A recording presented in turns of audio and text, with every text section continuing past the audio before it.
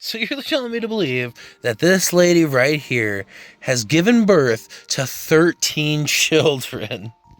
Oh dear God! Please do not tell me the little boy ends up falling in love with her. This is this could be the biggest disaster ever. We're gonna end the video now. Goodbye. しまいました。だから、スバルくんのせいです。ゴロゴロゴロゴロゴロゴロゴロゴロ。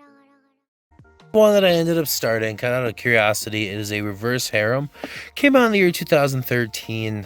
I can't remember what studio it is at the very moment, but I went into it not expecting too much, right? You've got this pet squirrel, his name is Julie, and then you got the MC, and her name's Chi. I can't remember her full name. There's legitimately like 30 or 25 characters in this show, so I kind of didn't forget or remember all of their name. But this is kind of how it started. Her father is a single man, travels a lot, and she has absolutely no family, no mother.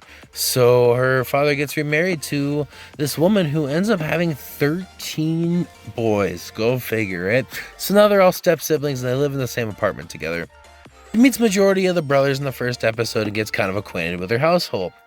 And while that's all going down, not all the brothers are there. There's 3 or 4 missing. And into the second episode, we meet one of the brothers who ends up being a pop star. We've got a pop star brother, we've got a hairstylist brother, we have a game designing brother, we have 2 brothers that are voice actors, and then you've got a little boy, a cross-dresser, and then a schoolmate and a basketball guy. And every single one of them, except for the little boy, the hairdresser, the cross-dresser, those are the only ones that we know that really don't seem to have any interest in her. But every other brother has interested her from the get-go. As the series progresses, pretty much every brother puts a move onto her in a certain way. And some brothers more than others, that is for dang sure. And, it gets a little more disturbing, but kind of interesting to kind of figure out as you go along to see what these brothers are actually like, per se. Because, this brother, the pop star, is like a complete freaking freak. Like, he puts her in so many awkward situations, but that's what the episodes are. It's legitimately just an awkward situation every episode. That is the main plot of this story. There are a lot of subplots going on with the brothers, in their daily lives, considering the twin brothers are applying for this role that the purple hair brother really wants really bad, but the other brother's going to apply for the other role. And the one that wanted the role didn't get the role, but the one that played for the other role got the main role. So that was little subplots like that to actually keep it interesting enough to continue on watching. In some episodes, we do have tendencies for certain brothers, like Subaru, the basketball player, or the pop star, have more tendencies to actually hit on her more. And it's actually kind of satisfying to know that they all kind of learn a lesson from it. We get genuine moments of sincerity, like this one where she's building a picture book from pictures of her stepbrothers because she never had a photo book because she had no family. It does have sentimental moments like that. And even in the next episode, we do find out tidbits of the fact that she gets her ancestry so she can get a passport to go visit and go on a trip for summer.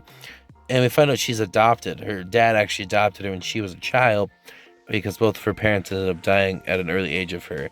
So it's kind of cool to get that concept as well. So we've got a decent amount of things keeping you interested at this point.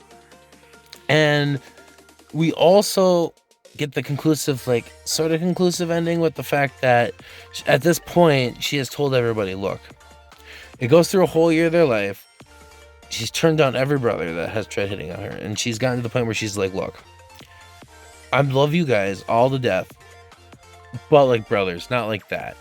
And you can still tell these brothers are still going to try and reciprocate the exact same thing they did until she falls in love with them, which we don't know because there was 2 OVAs after this and a 12.5, like an extra episode.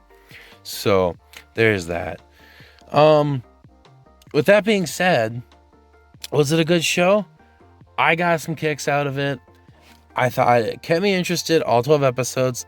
The animation isn't spectacular, but nor is it subpar. It is very mid. Nothing wrong with it. They didn't do too much extra. It flows, and the story goes well. Ending kind of pisses me off. It drags on after a while with this type of genre, but I figured I'd give it a shot and see what I thought. So, that is my recommendation. I give it a 6.5 out of 10 on my anime list.